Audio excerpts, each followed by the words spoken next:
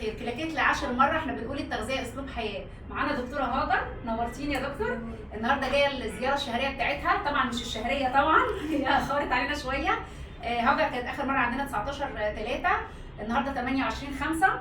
هاجر قالت لي نقطه حلوه كده واحنا بنتكلم، بتقول لي يا دكتور انا لقيت نفسي ان انا الفتره الاخيره لخبطت جدا جدا، بس لحقت نفسي. وهي دي النقطه اللي انا وقفت عندها، ان انا لحقت نفسي. يعني ايه لحقت نفسي؟ يعني هي وصلت بنفسها ان هي وصلت لمرحله ان خلاص التغذيه بالنسبه لها بقت اسلوب حياه. قالت لي عملت ايه؟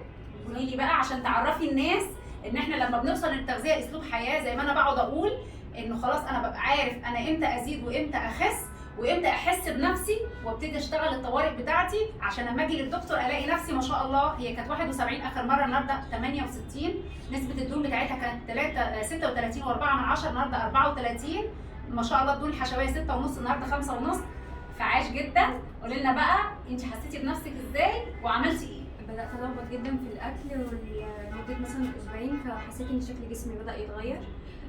فقررت بقى إن أنا أنتظم، شربت مية كتير. برافو. وبدأت ألعب رياضة وبدأت أظبط الأكل وأمشي على النظام اللي إحنا كنا ماشيين عليه. برافو. فحسيت بقى إن جسمي بدأ ينزل والدنيا بقت كويسه. بس انا كنت جايه وانا حاسه ان انا زايده. يعني انا كنت داخله عليكي وانا حاسه ان انا زايده مش قله، بس في ان انا امشي الانسان فينا بيحس ان هو خفيف او تقيل أو صحيح صحيح. فكنت حاسه ان انا حاسه ان انا لخبطت، بس مش بس محتاجه السبورت اللي احنا نديله، ان احنا نقول لك انت ماشيه صح.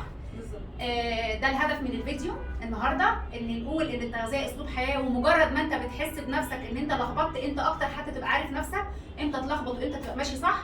فانا مبسوطه بهاجر جدا جدا، وعايزه كل الناس تبقى هاجر، لان الحمد لله اللهم بارك كل الامثله اللي معانا مش بتيجي زايده، بالعكس هي بتيجي نازله، لان هي حطت في دماغها ان التغذيه اسلوب حياه. انا مبسوطه بيكي حبيبتي حبيبتي، ومبسوطه بيكي جدا، وعايزاكي تكملي، وعايزه كل الناس مثال زي هاجر.